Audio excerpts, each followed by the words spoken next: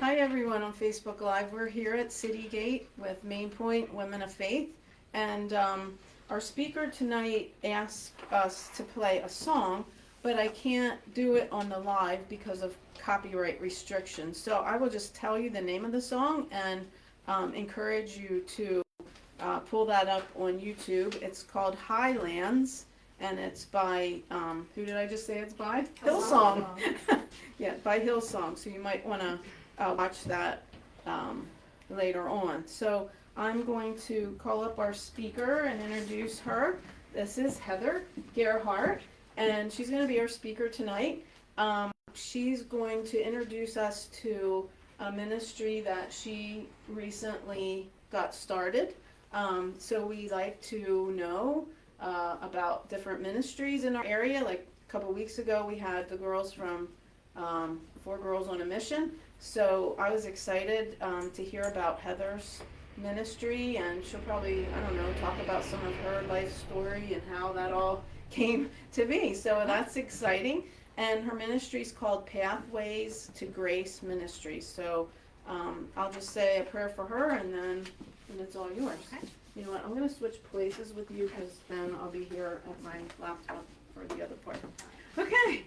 Well, Father God, thank you for Heather. Thank you for her willingness to come and share with us tonight. We're excited to hear what you're doing in her life and what you're going to be doing through this new ministry that she's getting started. So thank you for her. We ask your blessings on her and her family, and also on this new ministry that she's starting up. So we just ask for favor and your blessings on all of this. Thank you for her taking the time to come out tonight to share with us, and we'll give you the glory for everything that you're doing in and through her. And we ask these things in Jesus' name. Amen. Amen. Thank you. All right. Well, first I thought I'd just give a little brief intro about myself for anybody who didn't see it posted on the Facebook page. I've been married to my husband Nick for 21 years. We have 3 kids. My oldest is Carly, she's 17, and Brianna is our middle. She's 15, and Caleb is 12. My professional background is in nursing. I worked at Lancaster General Hospital as a registered nurse for 17 years. I worked in the intensive care unit and also the post-anesthetic care unit. And then at the end of that 17 years is when I transitioned into private practice as a marriage and family therapist. So, course change. So that's just a brief, background of me and who I am. And before I go into the story of like how Pathways to Grace came about, that journey in my life, I just wanted to share a little bit about that. So we have a video here that will introduce that, but also the flyers that I handed out have information and the website as well. So I'll sit down and we can play that. Yes. Right now, we are facing a mental health crisis unlike anything we've seen before. More than 1 billion people worldwide are living with a mental health condition. Here in the United States, nearly 1 in 5 adolescents has experienced a major depressive episode in the past year. Suicide has climbed back to record highs, taking over 49,000 lives in 2023 alone. Rates of anxiety, depression, and trauma-related disorders have risen significantly over the past decade. I felt like I was drowning. Friends and family tried to be supportive, but no one really knew what I was going through, and nothing seemed to help. I felt so isolated, helpless, and hopeless. I knew I needed professional help. And yet, most people who need help don't receive it. Waiting lists are months long, services are underfunded, families are left searching for answers in a system that can't keep up. But there is hope. Pathways to Grace Ministries exists to help bridge the gap between urgent mental health needs and the care that changes and in some cases saves lives. Pathways to Grace Ministries helped connect me with a provider and eased the financial burden of services that helped restore my hope and empowered me to face difficult things I wasn't able to face on my own. I finally feel like I can breathe again. We help connect people to providers and ease the financial burden, creating pathways to help, hope, and healing. It is our mission to make sure no one has to face this crisis alone. The need is urgent, the time is now, and with your partnership, we can turn statistics into stories of recovery, resilience, and hope. Your donation opens a pathway to healing in someone else's story.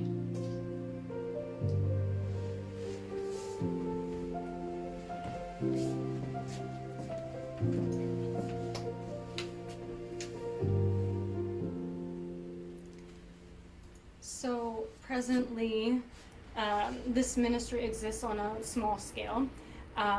By taking the steps to make it an official nonprofit organization with 501c3 tax exempt status and making it public, we're inviting the community into that, hoping that we can reach more people by inviting more support into that. Currently, we're working hard at raising a baseline fund to operate out of, and hoping that we will achieve that and be able to fully launch in the spring of 2026. So we're not quite halfway there with raising our goal, but we have high hopes for that. So that's the ministry. And like I said, you have the flyers. If you want to know more information about that, you can check out the website or just talk to me at the end. And as I transition into talking more about the story behind it and how that, came to be, I want to backtrack and share a story that about me and my daughter that ties in beautifully with my journey, and it's a story that helps me to understand my story, the last 10 years of my life, a little bit easier. So in 2022, my oldest, Carly, she's now 17, and that was a couple years ago, so I think she was like 14 or 15. We went on a backpacking trip. This was a youth event, and it was one of those like weekend thing, right? We're literally like hiking up a mountain and then across it and down another side. So it was very much roughing it. I almost brought pictures along, but I didn't. We had big backpacks that we carried everything with us, and camped for 2 nights. Yeah. So the night before we were supposed to leave, one of the leaders reached out to me and said that 2 of the young girls that were supposed to go along got COVID, so they couldn't go. And it was proposed to me because that meant that we were the only females on the trip, me and my daughter.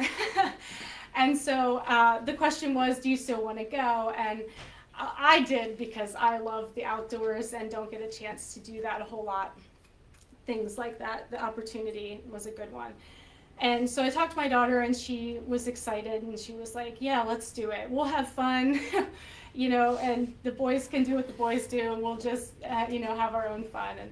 And so we decided to go, and she was very enthusiastic and excited, but also like very naive. So, I was like, I feel like she needs to have a better understanding of what we're actually going to be doing. So I talked to her about that just to try to prepare her mentally for what this was really going to mean. We're gonna be hiking up a mountain. We're gonna be sweating a lot. We're gonna be eating on a fire, sleeping on the ground, and we don't know what the weather is gonna do. So all of those things, but she, knowing all of that, she maintained her sense of excitement and still wanted to go. And so the first day we hiked for several hours, and this day would be like the hardest part of the weekend. We would hike up to like kind of a plateau where we would sleep overnight, and then I think there was a little bit more uphill the second day, but then it kind of plateaued out. It got flat, and then downhill for the last day, right? So that first day was just brutal. So everything started out fine and was going as we would expect it, until the last leg of our journey that day. We had to do a pretty steep climb after several hours of hiking uphill. And we were having a great time, but definitely ready to be done for the day. My daughter was hiking in front of me. We were all single file, and the men and the boys were a decent distance ahead of us. So I was kind of trailing. I was in the very back, making sure that that Carly kept up with the group. And so all of a sudden she stops, and she's like, I almost ran into her. She stopped really quickly, and she turned around and she looks down at me because we're on a mountain, right? And she just looked white as a ghost. And I just looked at, I'm like, oh my gosh, Carly, breathe, right? Because she wasn't breathing, and she's white. And so she takes this big deep breath, and then just starts sobbing. She's just falling apart. And she says, I can't do it. I can't do it. I want to go back. I think I'm going to throw up. I feel like I'm going to die. I'm not sure she said that. That was me being dramatic. But it was dramatic, for sure. So I grabbed her by the shoulders, and I said, Carly, you're okay. You just need to breathe. Maybe drink some water. You're fine. She pleaded with me through her sobs to just turn around and go back. And I knew going back was just not an option. There was, for so many reasons, daylight being one of them, we could not go back. So we were fully committed in the middle of nowhere on a mountain with a bunch of guys who were waiting for us at the top of this steep climb we were at the moment stuck in the middle of. She felt like she couldn't do it, but I knew we had everything we needed, and I wasn't worried at all. Carly, we're almost there. You can do this. I'm right here with you. We'll just slow down. That's all this means. You just need to slow down. And she says, but everyone's waiting for us, and I don't think I can do it. And I looked at her and I just said, they're fine. They'll wait. And we'll get there when we get there. It will all be okay. You just need to take some deep breaths, drink some water, grab a snack if you need it. So we took a break and we did all of those things, and then we gathered up some courage and then continued to climb the steepest part of that mountain together. That was in August of 2022, 1 year into my journey in private practice as a therapist. And as I said before, when I look back now, this experience that I just shared with you helps me to understand the last 10 years of my life with better clarity. You see, I was busy living my life, mom of 3, part-time work as a registered nurse at the hospital, when God leaned into me and whispered, let's climb a mountain. It'll be fun. So, God knows I'm always up for an adventure. But when he made this suggestion to me to go back to school for my master's degree in a completely different direction than my current profession, I said, I'd love to, but I'm really not sure this guy, my husband, is going to go for that. And I'm really not looking to cause any problems in my marriage. And God just smiled and waited. He's good at that. So this idea bounced around in my head and caused me to look into programs just to see if it's even possible. Because I really didn't think it was. So I was just going to be like, well, see, can't do it. But the more information I gathered, the more I realized that it actually was possible. I actually could probably do it if I wanted to. So I came around to talking to Nick, my husband, about it. And much to my surprise, he says, I think that's a great idea. You should totally do that. And I was like, who even are you right now? Because what you have to understand is that Nick has always been the practical, pragmatic, keeping my feet on the ground type of person, where I'm the more visionary, like head in the clouds. So this is not a typical response from him. To hear him respond enthusiastically about this idea with little information, zero hesitation, it was just mind-blowing. And very much a confirmation to me that this was the direction I was being led to go. I thought he was nuts, but because he said yes, I set out to become a marriage and family therapist. After 13 years into my life as a registered nurse. Let's climb a mountain. It'll be fun. So Nick and I were at a point in our lives where our kids were in school. I continued to work part-time. And because the kids, were more independent and didn't need me every second of the day, I could fill that time with school, studying and all the things. It seemed doable on paper, but it really was a lot. It was very hard, and a lot of shifts had to happen. Things had to change at our home to make that possible. Nick had to step up and take on roles that were typically up to me. Although it was hard, our partnership grew, and old assumptions became new conversations. We had to talk about how we were going to split the labor of home. When kids were sick, we had to share the responsibility for taking time off of work. It could no longer just be on me. Grocery shopping, preparing meals, those were other things that became shared. And my oldest two learned how to do laundry, which was life-changing.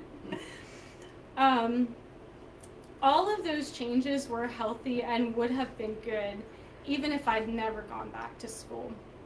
This was a call for all of us to grow in healthy ways. And most of that growth didn't feel good, it just felt hard. Let's climb a mountain. It'll be fun. I've always been adventurous, ambitious, up for a good challenge, always willing to endure pain and discomfort if the goal I was working toward was worth it to me. So I would easily agree with statements like, no pain, no gain, and suck it up. Pain is a necessary part of life, necessary part of growing. Breathe through it and keep moving. Throughout the years, when I felt the Lord prompting me to do something, anything, my answer had mostly been an enthusiastic yes. Even when God prompted me to take this leap of faith and pursue private practice as a marriage and family therapist, I was like, yeah, I can do that. I just don't know if my family can. I didn't want to hurt them. You know, and then there's always the other part of having that twinge of concern about what other people will think. They'll think I'm crazy. Who does that? Why would anyone want to do that? So I hated those thoughts, and I hated it even more anytime anyone would say something that fed them. I chose to ignore the fears and the naysayers, and I'd press on doing whatever I felt God was asking me to do. But this adventure was the toughest of them yet.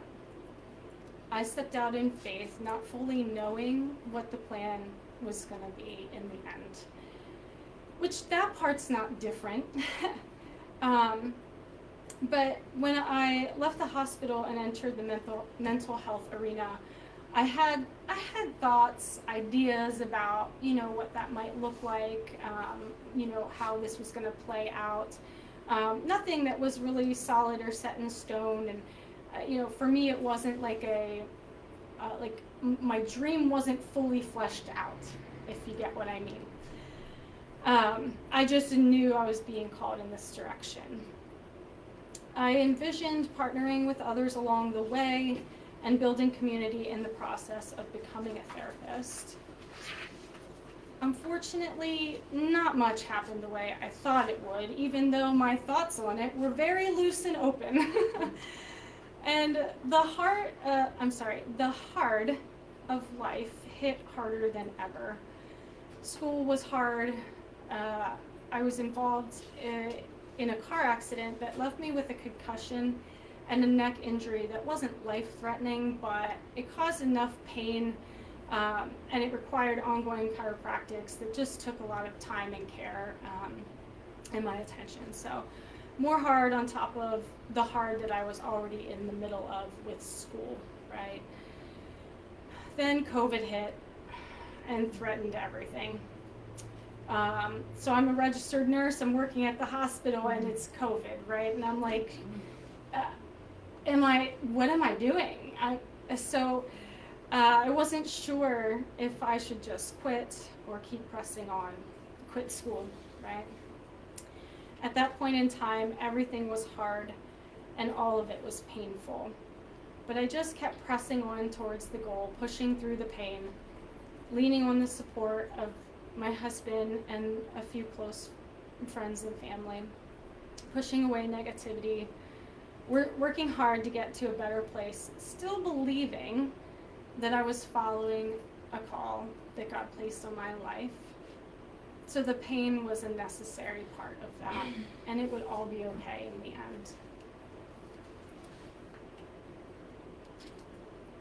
end. I graduated and began private practice in 2021. More challenges, right? So I got through school. Now I'm starting private practice and a business, which I had never done that before.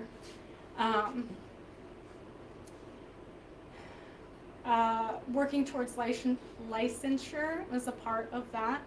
If you know anything about the therapy world, when you graduate from college, there's still a process that takes a minimum of 2 years to get your license. So there's things that come along with that, and it is time consuming.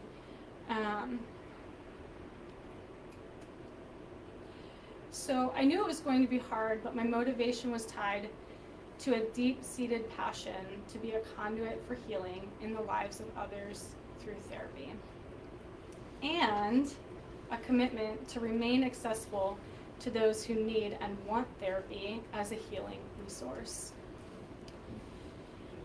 But the deeper I got into the journey, the larger the mountain seemed to become. Hard set in a long time ago, and by this point in time, I started to feel weak, weary, and very much alone. And I felt like it was one hit after another, and I just got to the point where there was a day where I literally was carrying a bunch of things. I won't go into that story, But I was carrying a bunch of things in my hands and thinking about just everything that I was going through. And I just put everything down and I was like, God, I can't do this anymore. I just can't do it. I felt hurt, angry, isolated, and alone. The worst part is I truly felt as though God had left me in the middle of nowhere on a mountain without the resources I needed to survive the steepest climb. I was fully committed. I couldn't go back. And I not only felt as though I couldn't do it anymore, I really couldn't. Not alone anyway. Here I am, Lord, doing the thing that you asked me to do. Climb a mountain, you said. It'll be fun. But where are you now? I remember asking why. Why would you bring me here to die in this effort alone? Because that's what it felt like was happening.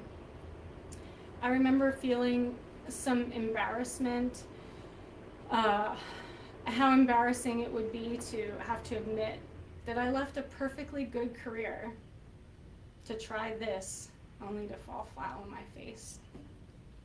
And what greater embarrassment it would be to hold to the story that I got there by following a call that I believed God put on my life. During that time, God had given me a picture of Abraham looking up at the stars. It would just come randomly, and I'm like, what? You know, it's not like I was studying this in the Bible. It wasn't, you know, it was just, for me, it was completely random. I would just be in my office, I'd be writing notes, I'd be, and not with clients, but like all of the other things I would be doing in my office, and this picture would just come in my mind. Abraham looking up at the stars. He would show it to me from time to time. It was just a picture from a story in the Bible. But God knew I would know exactly what he was trying to communicate. In one picture, he could communicate very quickly a promise to me that could not be misunderstood. Genesis 15:5 says that God took Abraham outside and said, "Look up at the sky and count the stars. If indeed you can count them, so shall be your offspring." Now, God was not promising me offspring. Thankfully, I have enough. And I knew that. What he was saying is that the lives I would touch with my ministry will someday outnumber the stars. It's as if he were whispering, "Don't give up. Stay with me. The mountain seems impossible, but it's not. And here's a story to remind you of what I can do." It was also a story to remind me not to falter in my disbelief. I tried to get off that mountain so many times. Nick kept telling me, "I think you just need to stick it out. I don't think you're supposed to give up on what you set out to do. Just hold on."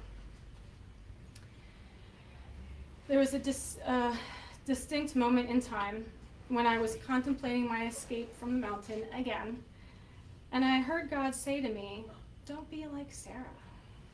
I was like, don't be like Sarah. I thought about it for a second, and I knew what he meant. If you know the story of Abraham and Sarah, you might understand.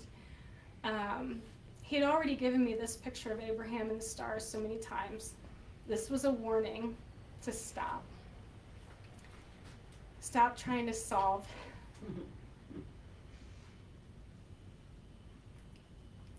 Stop trying to solve what was a problem in my eyes with a human solution. You see, the problems I had that I wanted gone, the problems that were causing me pain and discomfort, those problems were mine. They were never problems for God. And I think God wanted me to realize that, but I was stuck in the mindset that I was doing these things for God rather than with God. He did say, let's climb a mountain, it'll be fun. But I think what I heard at the time was something more like, I want you to climb a mountain for me. By the time God spoke to me on the morning of February 28th of this year, I was literally at the end of myself. Before my feet hit the floor that morning, what I thought I heard, was start a nonprofit organization. I laughed out loud. That's hilarious.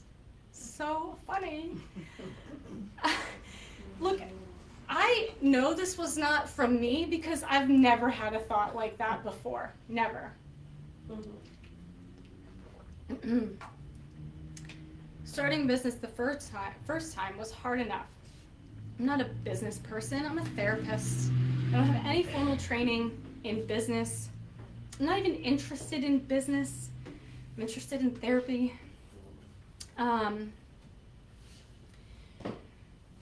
But much like the first prompting God gave me to become a therapist in the first place, as much as I wanted to believe it wasn't possible and I couldn't do it, there existed a curiosity to just peek at the idea. This idea, though it wasn't mine, was completely in alignment with the vision that God gave me from the very beginning. The very thing I set out to do from the start, help bridge this gap, be a conduit for healing in the community. Not only was it in full alignment with the dream, the vision, it included more people than just me. I once heard T.D. Jakes speak at an event, and he made a statement that stayed with me for many years after that. He said, if your dream doesn't include many people, then it's not big enough. This dream, this vision, start a nonprofit, was and still is massive in my mind. Too big, in fact. Like, terrifying. Terrifyingly big. I had to wrestle with all the human things we all have to wrestle with when God asks us to partner with him in doing something massive. Who am I? How is it possible? And what is it going to cost me? I probably cried off and on for a solid week, and as I argued and wrestled with God about this. Even in my state of brokenness, I continue to follow promptings and move forward in reluctant yet obedient ways. My biggest concern was the pain. I felt as though I was at the end of my yeses. I simply could not do one more hard thing, especially not alone. God said, start a nonprofit, and I, in my brokenness, said, no. God was so patient and gentle and kind in those moments. And that's when I heard him say, not for me, with me.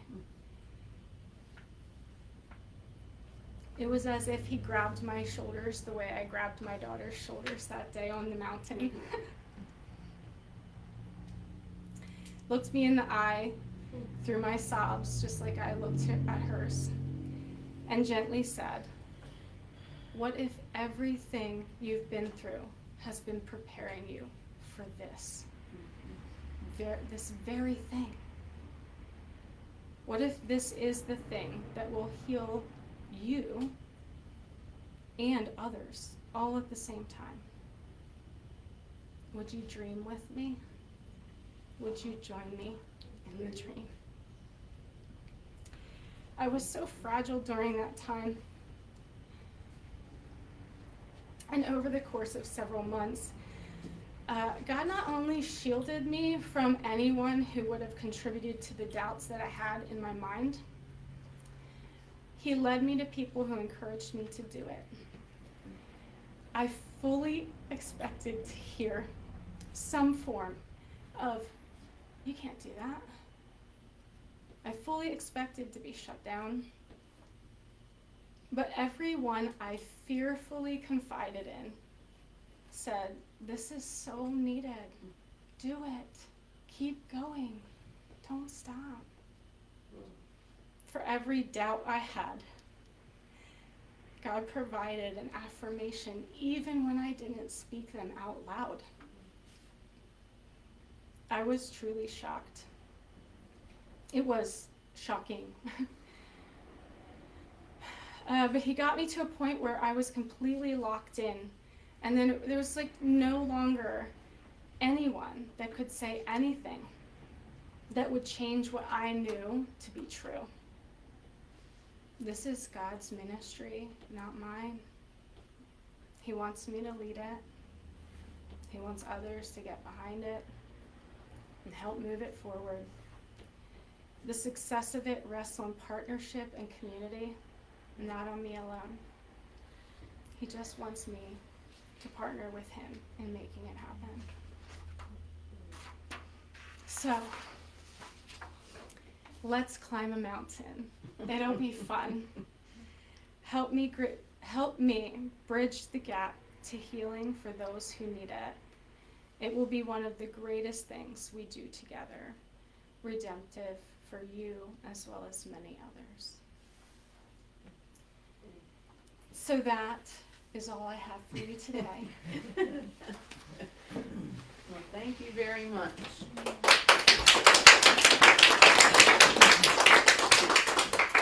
That gives us a lot to think about this week, right? Let's climb a mountain, it'll be fun. Right? Yeah. So think about, what's God asking you to do? It might not be start a new career or start a nonprofit, but what's he asking you to do? And I love when you said, dream with God. Mm-hmm. Like we talked about before Heather came on, he created us all for a purpose. All created us for ministry, right? So, dream with God. Ask him, what is the dream for your life? What is his purpose? And something I wanted to circle back to, that song that I shared with you, before I spoke here. I just love that song. It's a song that I kept going back to. I don't know if you guys have songs like that just speak to your heart with whatever you're going through, and so I would sing that frequently, play it all the time. And one thing, it wasn't on the video that you got to see, but there is another one where they have this little intro, and I love what is said right before the music comes on. The narrator says, we were not created to live on the mountain. We were not created to live in the valley. We were created to live with you on the journey. Something to that effect. Mm-hmm. And I just really love that because it kind of takes away these extremes. Like if you're trying to get to the mountaintop and you want to live there and stay there, it's like, no, there are valleys and there are mountains and valleys in life, and it's all about being with God on the journey. Mm-hmm. So right. And we're not meant to live on the mountaintop. We don't grow on the mountaintops. A lot of the times the growth is in the valley or along the journey. Mm-hmm. Yeah, good. And all the confirmations that you got and the pictures that God gave you, that's who he is for each one of us. Heather's a special person, but so are you. Yes. And God gives us all confirmations, but we have to be open to it. We have to see it. We have to we have to be in alignment. I always use that word, alignment with Him, so that we can receive those confirmations and the directions that He wants to give. And one thing you said, remember what God can do. You know, when you're in that valley and feeling like you are alone, just remember what God can do. I like that statement. And the wrestling with God, sometimes we have to do that, and He's okay with that. You know, He's okay with our questions and our fears and our doubts, you know, but take that all to Him. And the reluctant obedience that you said. Sometimes we get caught in that reluctant obedience because we don't want to do it because it seems too hard, or it seems like we'll never get through it. But you know, I thought that was a good thing to remember too, that it's not always easy because pain is necessary for growth. You know, we would love to have life just be, you know, a rose garden or like something easy to get through, but we grow, and we grow spiritually through pain. You know, we've talked about that the last couple of weeks, how God uses pain. Anybody else? Questions for Heather? Yeah, how do you get referrals? Are they from other therapists or You mean like clients, like the? or pathways? So right now we're just in the fundraising stage of that. But once we get the funds that we, you know, meet our goal for opening our doors to the community, then it will just be, you know, like word of mouth, people hearing about it, people being referred maybe by churches or, you know, even therapists, because like we see that, right? We're the need is right in front of us, so we can always refer, you know, clients to the ministry. What the ministry is going to do, now correct me if I'm wrong, but the ministry will help people who can't afford like to go to a therapist. So the funds that you raise will go toward that. So maybe explain a little bit, like you did for me with like the contract between providers and, you know, that kind of thing. So so we have a network of providers that participate with our organization. And so if somebody would reach out saying that they want therapy, they need financial assistance, then they go through an application process, and then refer them to one of our therapists, and then they would pay the therapist a portion of the fee, and then the therapist would bill us for the rest. So there's lots of barriers that keep people from receiving so we have a couple services. Actually, therapy is like the biggest one, but we also have spiritual direction. We are a Christian organization, so non-discriminatory, right? We'll see anybody. You don't have to be a Christian to receive help, but we do let people know that if you are a Christian and you want faith-based, you know, services, that we can integrate that into your care. I lost where I'm at. So, the barriers, right? So like I come across people who don't have insurance, so they would be paying 100% out of pocket, or they have insurance, but it doesn't cover, like the cost is still too high, right? So different insurance plans are different, and sometimes they have really good coverage and sometimes they don't, so it's really not helpful. So those are just some of the barriers and what we're trying to bridge that gap of like raising funds to help support the needs. Do you have the backing or support of any particular church? We're working on that, but no, not right now, not at the present. We have a significant amount of donations that have come from individuals right now, and we're still getting the word out to churches in the area to see if they will support that.